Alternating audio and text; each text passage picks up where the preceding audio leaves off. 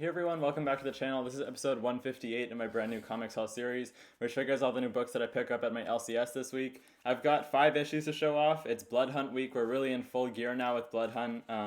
With the first issue having come out last week, we had like one Moon Knight tie-in, but now we have, I think, like 6+ tie-ins that came out today. I only picked up 3 of them, but it's like some of the central issues, so we'll just start off with that from Marvel Comics.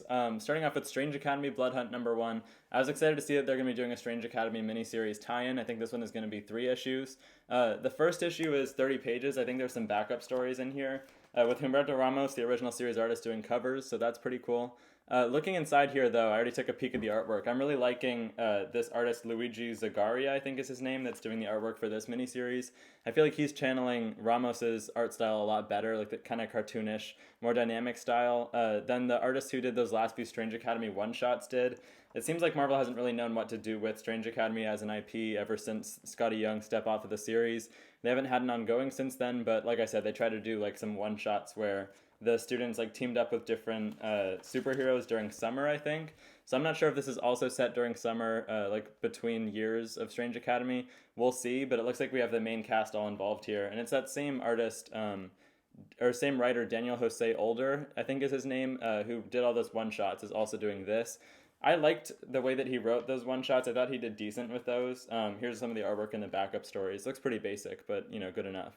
So, I mean, we'll see. I have high hopes for this. You get your money's worth. It's $5 for 30 pages, so that's refreshing to see from Marvel for once.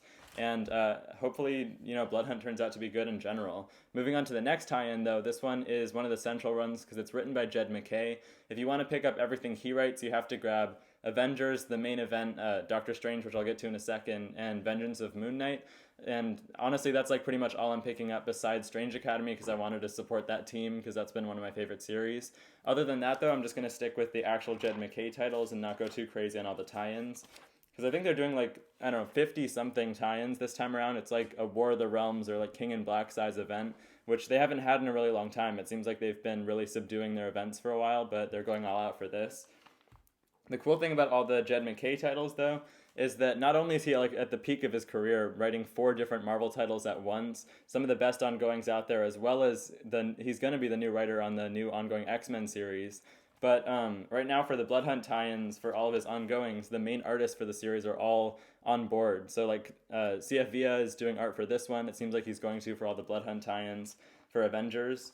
And for this tie-in little story arc specifically, it's taking the focus off of the main team because they're the focus of like the main event, just the main Blood Hunt title, and it's instead focusing on this new team of more like, I guess, kind of B-level heroes like Quicksilver and Hawkeye and stuff being led by the other Captain America.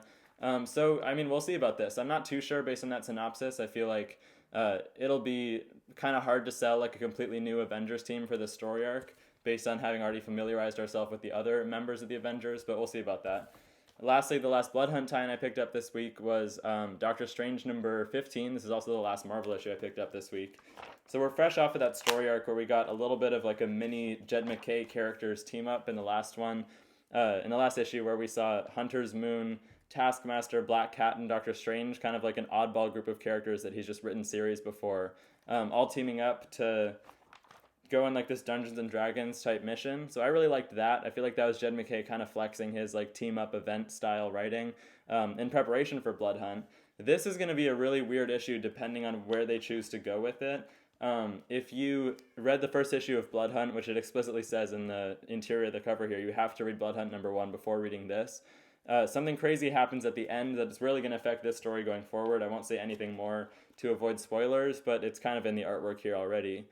Pascal Ferry, though, main artist in this series, is back on. I'm loving what he's doing with this. It's a really abstract, strange style that I think fits Doctor Strange as a magic user really well. And yeah, looking forward to the Doctor Strange tie-ins for Blood Hunt. Those were all the Marvel issues I picked up. I did get 2 issues from Image Comics, so let's move on to those. Starting with the newest release from Ghost Machine, which is Geiger #2.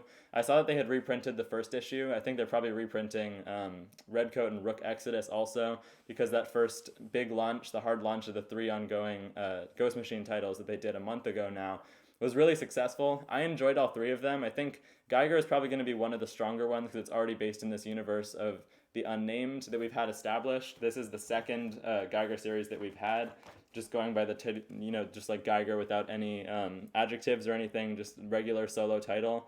This one, I did enjoy the first issue of Okay. Kind of felt like it was retreading old ground when it comes to this character, and I'm honestly just not sure what they can really do with this that hasn't already been done.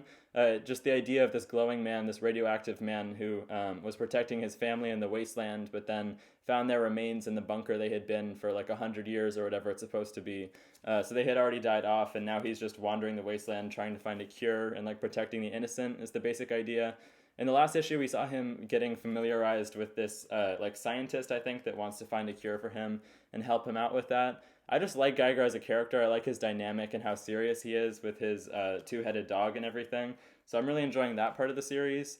It feels like Jeff Johns might be struggling a little bit with like text to art ratio. You'll just have like huge blocks of text on one page, like I was showing right here, right on that page, and then the next it'll be like all double page spreads and action and stuff. So honestly, kind of weird pacing. Like this is really cool looking, but like no words compared to what was on the last page. Maybe that's just kind of a pet peeve of mine. I feel like it's weird and kind of sporadic to read a title like that, but we'll see how this one goes. It's supposed to be an ongoing series, so I'm curious to see what Jeff Johns can do with that. The last issue I picked up this week for New Comic Book Day, though, was The Deviant number 5 of 9. This is a Christmas story. I've been really loving this. I'm noticing it's not actually saying a Christmas story on the cover. Maybe they're trying to market it to a more general audience since we're mid-May right now and Christmas isn't for like 7 months, but this one has been really great. It's been adding a lot of twists and turns with every new issue that comes out. It's about this serial killer that dresses up in a Santa Claus costume called the Deviant, and it's gotten into the history of this comic book writer that's trying to make a comic book about him, but has ended up getting really involved in all this crazy stuff going on with like conspiracies about the killers, some people thinking that he might be the one that's the killer. We had a really big reveal at the end of last issue, so I'm not sure how they're going to follow that up, but they kind of revealed who it might actually be. This, I'm enjoying it month to month. I think James Tynion IV is actually pretty good with like serial installments of series like this in terms of like giving you bang for your buck with single issues, but I think you should probably just grab the collection for this one at this point since we're more than halfway through now. I also think that this looks like a flashback issue, so the halfway point of the series, I guess we're getting some kind of flashback that's going to let us know more about what's going on in the present. And yeah, really well-paced series. I love the artwork. It's this artist, Joshua Hickson, who I was not familiar with before this, but huge recommendation from me. But yeah, just wait for the hardcover trade paperback whenever that's coming out. So those are the 5 issues I picked up for New Comic Book Day. Looking forward to getting into Blood Hunt and Ghost Machine. A lot of exciting stuff going on. Not a huge haul, but a lot in there that I'm looking forward to reading. Which issues of Blood Hunt did you guys pick up this week? I feel like there was like maybe 8 or 9 issues, if I'm not mistaken. They really did a crazy hard launch of Blood Hunt tie-ins this week, so let me know how many of those you're planning on picking up down in the comments. But that's it for this week, and I'll see you guys next week. Bye, guys.